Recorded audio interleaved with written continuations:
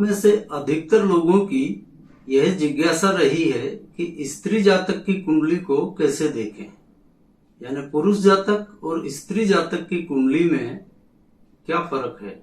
और यह जिज्ञासा होना स्वाभाविक भी है और सटीक फल कथन के लिए आवश्यक भी है।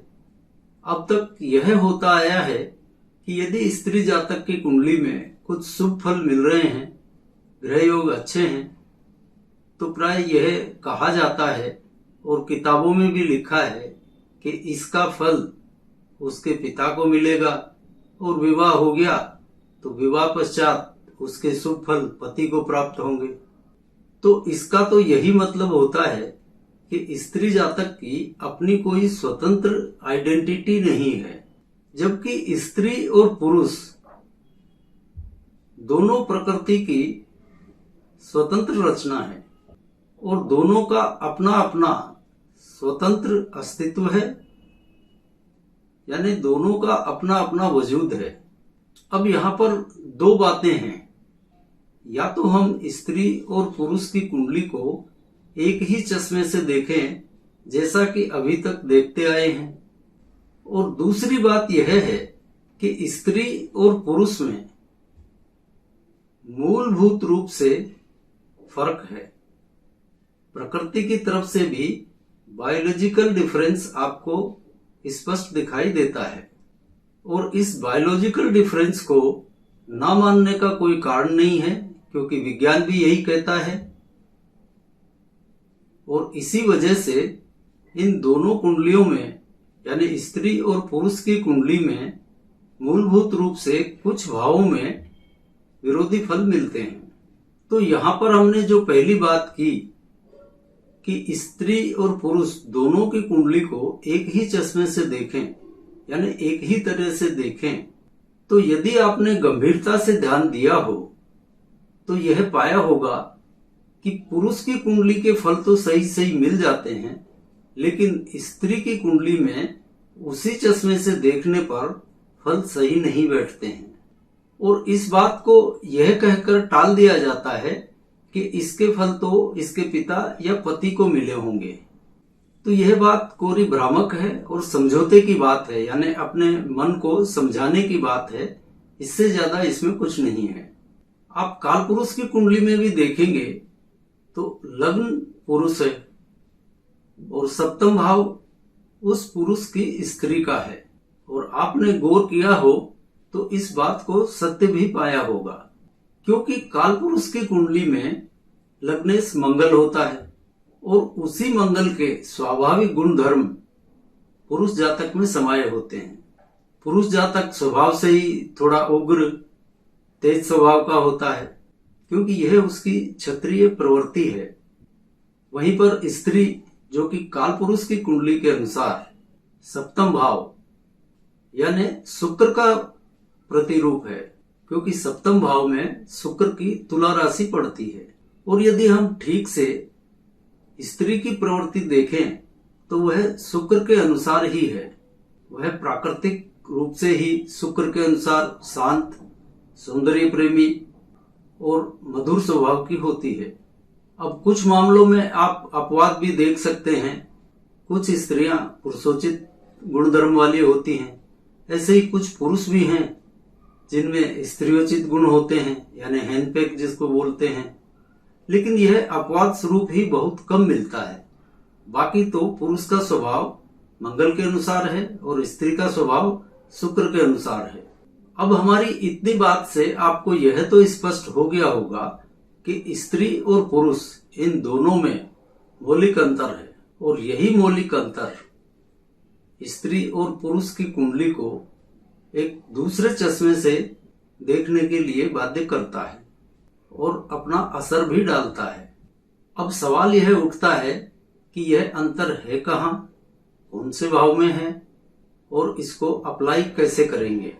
तो सबसे पहले तो आप देखिए कि पुरुष मंगल है, वह क्षत्रिय है, राजा है। जैसे ग्रहों में सूर्य राजा है, उसी तरह पुरुष भी है। और सूर्य चूंकि पंचम भाव का स्वामी है, सिंह राशि का स्वामी है, और लग्न में उसकी उच्च होती है जिसका स्वामी कि मंगल है। और दूसरी तरफ स्त्री है जो कि शुक्र का दूसरा रूप है, और शुक्र की तुला राशि सप्तम भाव में पड़ती है, और तुला राशि शनि की उच्च राशि है। अब तुला राशि शूद्र वर्ण की है, और शनि को भी अंधकार या दास बताया गया है। अब उधर सूर्य की उच्च राशि मेष लग्न में है, और इधर शनि की उच्च राशि सप्तम भाव में है। मंगल जो कि पुरुष है, शुक्र जो कि स्त्री है, इन दोनों की राशियों के उच्च भाव के स्वामी सूर्य या शनि होते हैं। आप मोटे तौर पर यही समझ लीजिए। और यही सूर्य और शनि स्त्री पुरुष की कुंडली के फलों को बदल देते हैं। ध्यान रहे, काल पुरुष की कुंडली में सूर्य पंचम भाव का स्वामी है, जहाँ की सिंह राशि पड़ती है, और एकादश भाव जिसमें कि कुंभ राशि पड़ती है, उसका स्वामी शनि है। इसी बात को थोड़ा और आराम से समझ लेते हैं। एक बार यदि समझ में आ गया तो फिर आगे कोई समस्या नहीं रहेगी। अब देखिए, अधीनता है एकादश भाव में, और स्वतंत्रता है पंचम भाव में। पंचम भाव सूर्य है, एकादश भाव शनि है, क्योंकि पंचम भाव में सिंह राशि है और एकादश भाव में कुंभ राशि है। और देखा जाए तो घर गृहस्थी के मामले हों या और सामाजिक या किसी भी तरह के मामले हों, वहां पुरुष की ही चलती है, स्त्रियों की इतनी नहीं चलती है। निर्णय का अधिकार पुरुष के पास है। अब आजकल कुछ थोड़ा बहुत बदलाव आया है, लेकिन वह भी बहुत सूक्ष्म रूप में, लेकिन चलती पुरुष की ही है। इसलिए पुरुष स्वतंत्र है, और स्त्री कैसे भी करे, अंतिम निर्णय पुरुष का ही अधिकतर माना जाता है, इसलिए वह अधीन है। और इसी वजह से पंचम और एकादश, यही दो भाव का फर्क है स्त्री और पुरुष की कुंडली में। और इस बात को फलित रूप में समझने के लिए हम एक मेष लग्न की कुंडली लेंगे, और आशा करते हैं कि अभी तक की बात से आपको यह तथ्य समझ में आ गया होगा कि इस फर्क की जरूरत क्यों है और यह कैसे काम करता है। और इसी कुंडली को हम एक बार पुरुष की मानते हुए फल देखेंगे, और फिर इसी कुंडली को स्त्री की कुंडली मानते हुए फलों को देखेंगे। और फर्क कहाँ पड़ता है, कौन से भाव में पड़ता है, इसको अप्लाई कैसे करना है, यह सब आपको आगे का चैप्टर देखकर पूरी तरह समझ में आ जाएगा। अब आप जो मेष लग्न की कुंडली देख रहे हैं, इसे हम पुरुष के संदर्भ में देखते हैं। यहाँ सूर्य लग्न में ही बैठा है अपनी उच्च राशि में, पंचम भाव में इसकी स्वराशि सिंह है, और यह पंचम भाव से नवम भाव की दूरी पर बैठा है। अब लग्न में अपनी उच्च राशि में सूर्य बैठा है, इसलिए लग्न तो एक्टिव रहेगा ही, और लग्न से इसकी दूरी भी एक भाव की ही है, तो लग्न तो यहाँ प्रबल रूप से एक्टिव है। और चूंकि यह पंचमेश है, इसलिए पंचम भाव भी एक्टिव है, और पंचम भाव से इसकी दूरी नवम भाव की है, तो नवम भाव भी एक्टिव हो जाएगा। यानी कुल मिलाकर लग्न, पंचम और नवम, यह तीन भाव इस सूर्य द्वारा एक्टिव किए जाएंगे। इसी तरह अब डीएक्टिव भावों को भी देख लेते हैं। सप्तम भाव में नीच राशि तुला पड़ रही है सूर्य की, तो सप्तम तो डीएक्टिवेट हो ही जाएगा, और यूं भी अपने नीच भाव से सप्तम भाव की दूरी पर है, इस वजह से भी सप्तम तो पूरी तरह डीएक्टिवेट होगा ही। अब सूर्य यहाँ अपने भाव से नवम भाव की दूरी पर है, तो नवम भाव एक्टिव हो जाएगा, और सामने का जो विरोधी भाव है तृतीय, वह डीएक्टिवेट होगा। पंचम भाव एक्टिव हुआ है, तो उसके सामने का विरोधी भाव सप्तम, पंचम से सप्तम भाव यानी एकादश भाव भी डीएक्टिवेट होगा। तो यहाँ पर यदि हम सूर्य के फलों का अध्ययन करें, तो यह पाएंगे कि यहाँ पे लग्न, पंचम, नवम, ये तीन भाव एक्टिव हुए हैं, और तृतीय, सप्तम, एकादश, ये तीन भाव डीएक्टिवेट हो जाएंगे। अब यहाँ पर आप ध्यान दें तो अकेले इस सूर्य द्वारा इस कुंडली में क्षत्रिय त्रिकोण को एक्टिव कर दिया गया है, लग्न, पंचम और नवम, ध्यान देने की बात है। और तृतीय, सप्तम, एकादश, ये तीन भाव डीएक्टिवेट किए गए हैं, जो कि पूरी तरह से शूद्र त्रिकोण डीएक्टिवेट हो जाता है। यानी यहाँ पर क्षत्रिय त्रिकोण एक्टिव है और शूद्र त्रिकोण डीएक्टिवेट हो चुका है। अब इस स्थिति का फल क्या मिलेगा? चूंकि क्षत्रिय त्रिकोण एक्टिव है और शूद्र त्रिकोण डीएक्टिवेट है, तो इसका मतलब साफ है कि यह जातक किसी की अधीनता गुलामी तो करेगा नहीं। या तो यह अपने स्वयं के किसी बिजनेस में होगा, या कोई सरकारी अधिकारी होगा, अथवा कोई मंत्री पद पा लेने वाला व्यक्ति भी हो सकता है, क्योंकि यहाँ पर क्षत्रिय त्रिकोण पूरी तरह से एक्टिव है। अब चूंकि यहाँ पर लग्न एक्टिव है, तो इसमें अहम, अकड़, मान सम्मान और साहसी फैसले लेने की भी आदत रहेगी। यानी कुल मिलाकर यह अपना प्रभुत्व जमाने वाले स्वभाव का होगा। कोई भी साहसी फैसले, निर्णय लेने में यह हिचकिचाएगा नहीं, और ऐसे ही लोग प्राय राजसत्ता में होते हैं। अब पंचम भाव एक्टिव है, तो यह राष्ट्र प्रेमी, अपनी आत्मा की आवाज पर काम करने वाला होगा। और नवम भाव एक्टिव है, तो विवेकवान भी होगा, इसके निर्णय भी विवेकशील होंगे, विवेकपूर्ण होंगे, और भाग्य का साथ भी कहीं ना कहीं इसको मिलेगा। तो यह फल हुआ पूरा क्षत्रिय त्रिकोण एक्टिव होने का। अब तीसरा भाव यहाँ पर डीएक्टिवेट है, इसका मतलब इस जातक को ज्यादा संघर्ष नहीं करना पड़ेगा। और तृतीय भाव का एक और फल हमने आपको बताया था, भ्रम, जो कि तृतीय भाव का बहुत मुख्य फल है। तो चूंकि यहाँ पर तृतीय भाव डीएक्टिवेट है, इसलिए यह जातक किसी भी भ्रम में नहीं रहेगा। यानी इसे क्या करना है, क्या नहीं करना है, यह बिल्कुल इसको स्पष्ट मालूम है। इधर जाऊं, उधर जाऊं, ये करूं, वो करूं, इन किसी भी चक्रों में नहीं पड़ता। तृतीय भाव डीएक्टिवेट होने से यह पूरी तरह से भ्रम से मुक्त हो जाता है, इसको कोई द्विधा नहीं रहती है। यानी इसके सामने जो एक स्पष्ट मार्ग है, यह उसी पे चलेगा, कोई भ्रम नहीं रहेगा। अब दूसरा यहाँ पर सप्तम भाव डीएक्टिवेट है, उसका क्या असर होगा? तो इस सूर्य के दशा काल में यदि जातक अविवाहित है तो उसका विवाह नहीं होगा, और यदि पहले से ही विवाहित है तो पत्नी के साथ में मनमुटाव होगा। और वह किस हद तक होगा यह तो अन्य ग्रहों पर निर्भर करेगा, लेकिन इस दशा काल में पत्नी के साथ तू मैं होना स्वाभाविक है। और तीसरा हिस्सा शूद्र त्रिकोण का एकादश भाव, वह भी डीएक्टिवेट है। तो इसका फल यह होगा कि इस जातक में कोई बहुत ज्यादा आशाएं या इच्छाएं नहीं होंगी, बल्कि यह कर्मशील रहेगा, ज्यादा इच्छाएं पालेगा नहीं, और किसी की अधीनता गुलामी करेगा नहीं। यानी व्यर्थ की आशाओं से दूर और अपने स्वतंत्र स्वभाव से चलने वाला होगा। अभी तक हमने पुरुष की कुंडली में मेष लग्न में सूर्य प्रथम भाव के फलों को जाना और पूरी तरह से विस्तार में समझा कि यह सूर्य किस तरह से फल देगा। आइए अब इसी सूर्य को, यानी इसी कुंडली को हम स्त्री जातक की कुंडली मान लेते हैं और उस पर विचार करते हैं कि यहाँ पर क्या फल मिलेंगे और कहाँ पर ये पंचम और एकादश का अंतर आएगा। तो मोटे तौर पर आप यहाँ देखेंगे तो सूर्य है, सारे भाव वही एक्टिव और डीएक्टिवेट होंगे जो कि पुरुष कुंडली में हुए हैं।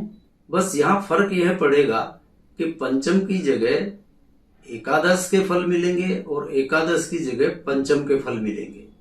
यहाँ पर आप कुंडली में देख पा रहे होंगे कि हमने यहाँ पर स्त्री जातक की कुंडली में पंचम को डीएक्टिवेट किया है और एकादश को एक्टिव किया है। यही मोटा फर्क है। यानी स्त्री जातक में यह पंचम के फल नहीं देगा, एकादश भाव के देगा। आइए अब इसे विस्तार से समझ लेते हैं। यहाँ पर मूल रूप से पुरुष की कुंडली में लग्न पंचम नवम एक्टिव है और तृतीय सप्तम एकादश डीएक्टिवेट, और इसे हम स्त्री की कुंडली पर फलित के लिए ले रहे हैं। अब चूंकि यहाँ पर यह स्त्री की कुंडली है, इसलिए पंचम भाव जो पुरुष की कुंडली में एक्टिव था वो यहाँ पर डीएक्टिवेट हो जाएगा, और पुरुष की कुंडली में एकादश भाव जो डीएक्टिवेट हुआ था वो यहाँ स्त्री की कुंडली में एक्टिव रहेगा। अब आप इस पंचम को डीएक्टिवेट और एकादश को एक्टिव कर लेंगे, फिर आपके फलों में कोई अंतर नहीं आएगा। मुख्य रूप से यही फर्क स्त्री और पुरुष की कुंडली में होता है। अब यहाँ स्त्री की कुंडली में यह लग्न नवम और एकादश को एक्टिव करेगा जबकि पुरुष की कुंडली में यह लग्न पंचम और नवम को एक्टिव कर रहा था। उधर पुरुष की कुंडली में तृतीय, सप्तम और एकादश डीएक्टिवेट थे, लेकिन स्त्री की कुंडली में तृतीय, पंचम और सप्तम ये 3 भाव डीएक्टिवेट हो जाएंगे। यानी फर्क वही पंचम को एकादश मानने से और एकादश को पंचम मानने की वजह से आया है। अब फल कथन में क्या फर्क पड़ जाएगा? वही लग्न है, वही सूर्य है, लेकिन यहाँ पर दोनों की कुंडली के फलित में अंतर आ जाएगा।